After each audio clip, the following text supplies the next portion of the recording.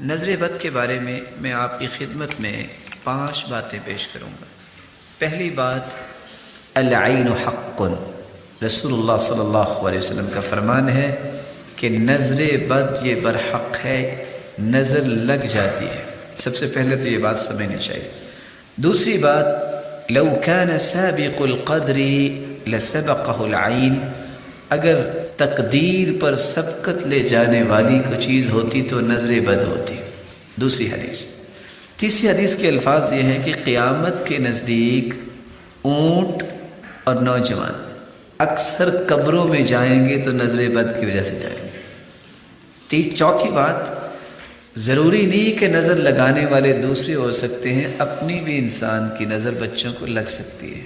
اس لیے قرآن کہتا ہے وَلَوْلَا إِذْ دَخَلْتَ جَنَّتَكَ قُلْتَ مَا شَاءَ اللَّهُ لَا قُوَّةَ إِلَّا بِاللَّهِ، آپ جب باغ میں گئے ہیں تو آپ نے یہ کیوں نہیں کہا مَا شَاءَ اللَّهُ لَا قُوَّةَ إِلَّا بِاللَّهِ، آپ نے کیوں نہیں کہا؟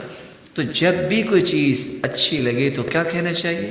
مَا شَاءَ اللَّهُ لَا قُوَّةَ إِلَّا بِاللَّهِ۔ تو نظر بد جو ہے والدین کی بھی لگ سکتی ہے، نظر بد کسی اور کی بھی لگ سکتی ہے۔ اس لیے چوتھا کام یہ کرنا چاہیے ان 3 باتوں کے بعد، صبح اور شام وہ دعا پڑھ کے اپنے بچوں کو دم کریں جو دعا سیدنا ابراہیم علیہ السلام اسماعیل اور اسحاق دونوں کو دم کیا کرتے تھے، اور وہی دعا جو ہے وہ جبریل امین نے آ کے اللہ کے رسول کو بتائی جب حسن و حسین جو جنت کے شہزادے ہیں جب وہ دونوں بیمار تھے تو آپ صلی اللہ علیہ وسلم بیٹھے تھے، تو جبریل امین تشریف لائے، پوچھا کہ آج آپ پریشان ہیں؟ فرمایا یہ دونوں میرے پھول بیمار ہیں، حسن و حسین۔ تو جبریل امین نے فرمایا کہ آپ یہ دعا پڑھ کے ان کو دم کیجئے، اور دعا کے الفاظ کیا ہے؟ اعیذکما، چونکہ وہ 2 تھے، اعیذکما بکلمات اللہ التامہ من کل شیطان وہامہ ومن کل عین لامہ۔ یہ 3 کلمات پڑھے اللہ کے رسول صلی اللہ علیہ وسلم نے، اور سیدنا حسن اور سیدنا حسین رضی اللہ عنہما کو دم کیا، فقام یلعبان، وہ دونوں جو بیمار تھے اٹھے اور کھیلنے لگ گئے۔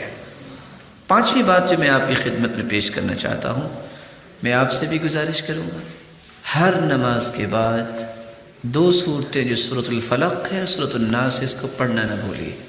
عقبہ بن عامر رضی اللہ تعالی عنہ کی روایت ہے، امرنی رسول اللہ صلی اللہ علیہ وسلم ان اقرأ المعوذتین بعد کل صلاة، ہر نماز کے بعد آخری 2 صورتیں پڑھنے کی مجھے انہوں نے حکم دیا، جو شخص یہ صورتیں پڑھتا ہے وہ نظر بد سے بھی بچ جاتا ہے، اور جادو جیسے اس طرح کے مذموم فعل سے بھی رب تعالیٰ اس کی حفاظت فرماتے ہیں۔